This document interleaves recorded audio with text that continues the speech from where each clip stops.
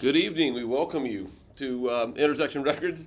This is Derek. I got a special guest here. You may have seen him at Red Rocks. You may recognize him from Tipitina's. You may recognize him from All those little tiny places. all the great favorite places. spots to me. So Tate Moore of the Kudzu Kings and proprietor of Square Pizza in Oxford, Mississippi. Do not leave Oxford, Mississippi without having a late night slice of delicious Square Pizza, Ohio style. Thin, crispy, double baked, provolone cheese. Delicious, delicious.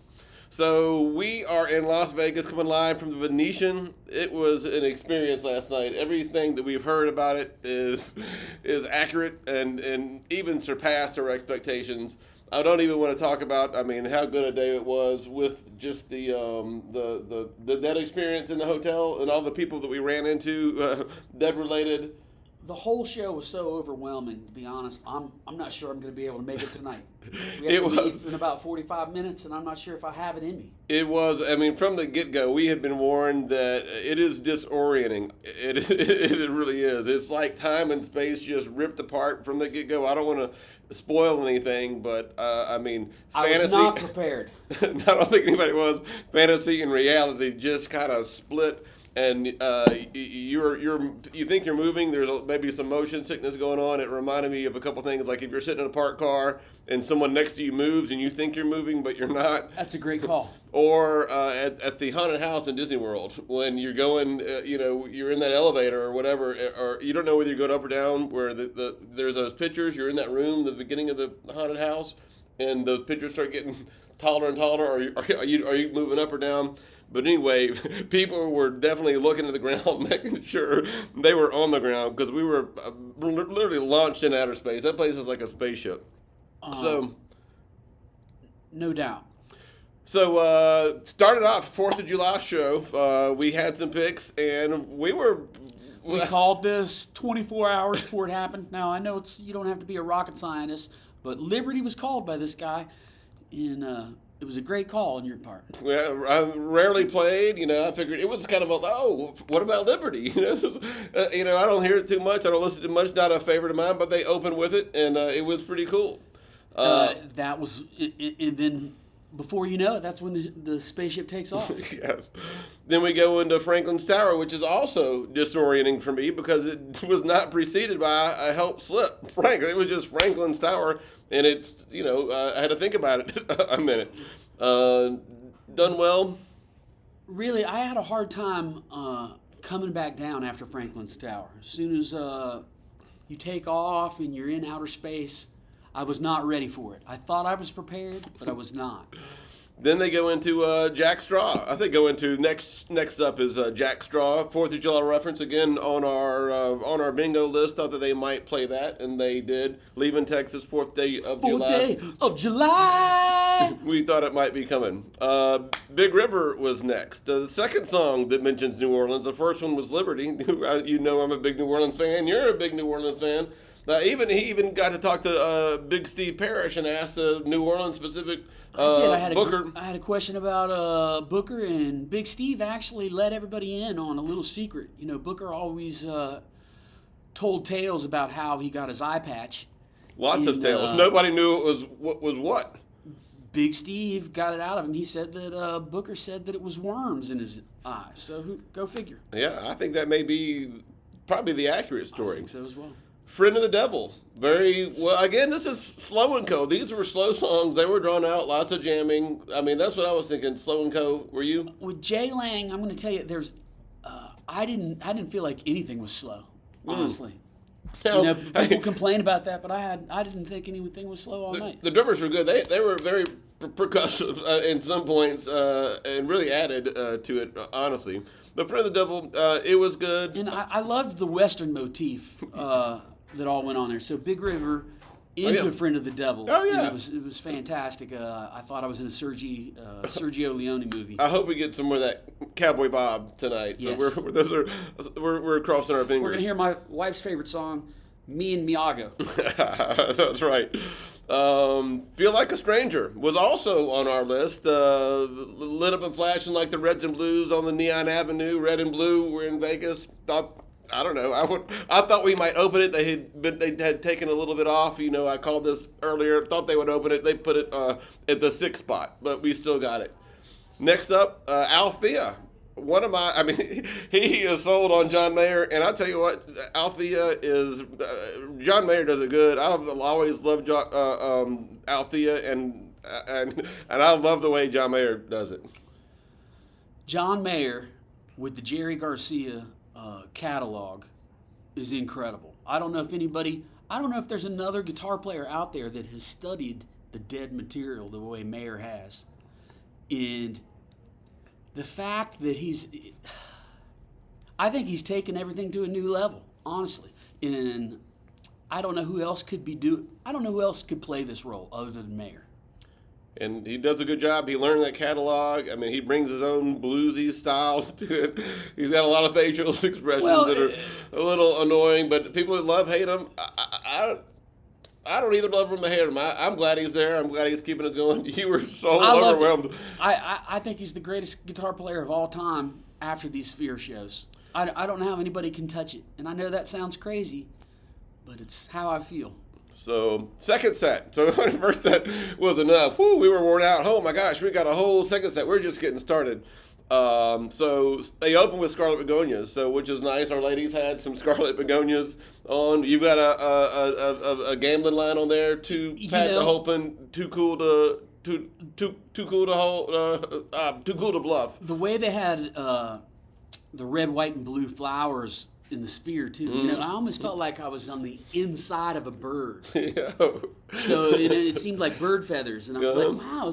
And I thought we might get a bird song. And I think that we got a little tease of Birdland. I mean, I kind of heard it, but I wasn't. There's no doubt O2 played some Birdland. I thought I heard it a rough version of it in Chimenti, and not necessarily in Scarlet Begonias as we go down this list. So let's continue down the list. I thought Dark Star was in there. I heard a little Dark Star too. But I think that might have been, just been teasing a little bit of Wharf Rat too, so who knows? Yeah.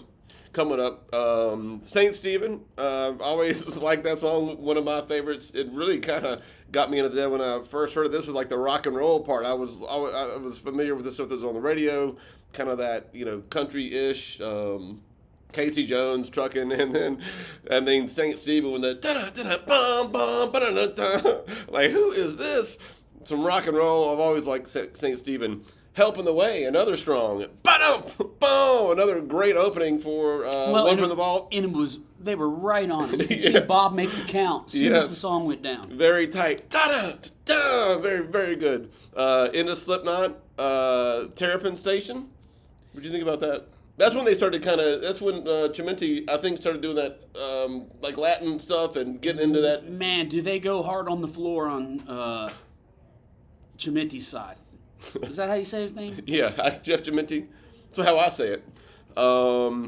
Drums and space. So we had 3 people on drums. So you had Jeff, you had... O'Teal was in there. Mm-hmm, and Mickey. And, doing a bunch of stuff, tribal-ish stuff. And then you get into the spacey stuff for Mickey. And then, bathroom break. Hey, I pride myself on that bathroom break. I timed it just right, do the space it. I come out of the bathroom, it's around the corner. I could have used a little more Earth Harp. Yeah, and well, you missed that Earth Harp because when you were gone is when you could hear everything around the Sphere. It was like, it was all over the place, all the stuff that he did. And he just kind of left it there, walked up stage as it continued, and then the band comes back on stage. One thing about the Sphere, the bathrooms in the 200 level are atrocious. It's the only negative thing I've seen about the Sphere. But we'll be on the floor tonight, and I hear it's a lot better. I heard that in the bathroom too, by the way. Oh, these bathrooms suck. There's no line on the floor, and Nolting had said that as well. A few people have said that. So after Space, Wharf Rat. We've been talking about that for about a month. One of his favorites. In the way Bobby delivered the lyrics on this, man, he could tell a story. And I know this song well, but the way he told it last night. With emotion. Yes, it was incredible. And the band was waiting on if he held something an extra second, they did it. It was great. Fantastic. then lighten it up a little bit with Going Down the Road, Feeling Bad. I probably said those 3-4 times already. One of my favorites. At this point, I thought the show was going to be over. Oh, no, you know. I'm just telling you, I'd had enough. You know how I know? U.S. Blues hadn't come yet. You got a U.S. Blues on 4th of July. That way everybody had been picking that, and they came with that. I didn't know if they would do an encore with that, where that would fit in. If it would fit in, I just assumed they would probably do it. Everything after U.S. Blues I thought was a bonus. Yeah. So after, by the way, Going Down the Road, Feeling Bad, a little slow-ish, kind of, again, slow and go. It was fine. Lots of room to jam, breathing. U.S. Blues, again, kind of slow. Knock on Heaven's Door, again. I think this is a key part of the show where I think they knew. I don't want to give away what happens. Yeah, but you're kind of winding down. It's a story. The spaceship is headed back to Earth. Yeah, it's a story. It's an experience, and it's very cool. It's very cool. Then I love seeing that sunset too, man. You're like, it's gonna be a soft West landing. LA, yeah. And then they ended with Casey Jones. So good song. Any thoughts about Casey Jones? Well, Classic. Bob seemed tired. He seemed winded after this, but he'd been on stage almost 4 hours. Hey, and we were a little winded after. That was an experience. It was an emotional. Well, it was interesting because it was like he really gave it to Mayer, and he kind of. It was almost like he was handing over the keys. Yeah. So tonight we've got July 5th, my birthday. We're hoping we've got some songs. I don't know. We don't have any picks based on geography. You still all have all those gambling references. I'd like them to open with the Mississippi Half Set. We're here from Mississippi. They mentioned gambling. They mentioned On the Day That I Was Born. So I'd like to hear that. The other ones. I'd like to hear He's Gone. That's one of my favorites. Love to hear He's Gone. Eyes the World is always on my short list. What did Mary Beth want? Oh, Me and My Uncle. Yeah. Mary, you want to hear anything? Anything else, y'all? Loser, another gambling song. We'd love to hear that. That's been on our list. So, we'll tell you. We'll let you know what happened. We're excited. About 30 minutes and counting before we are headed to the Dead on the floor tonight. Try to get relatively close, and it'll be interesting being able to see the band being almost overwhelmed by how big the Sphere is. I mean, we're used to watching the Allman Brothers of the Dead with I don't know how big that what I call the goo board is, and then you've got a whole a globe almost of they can do anything they want with, and they do. Dead and Company has changed the game for live music. Yep. I saw a few drone shows from yesterday, and I mean it just.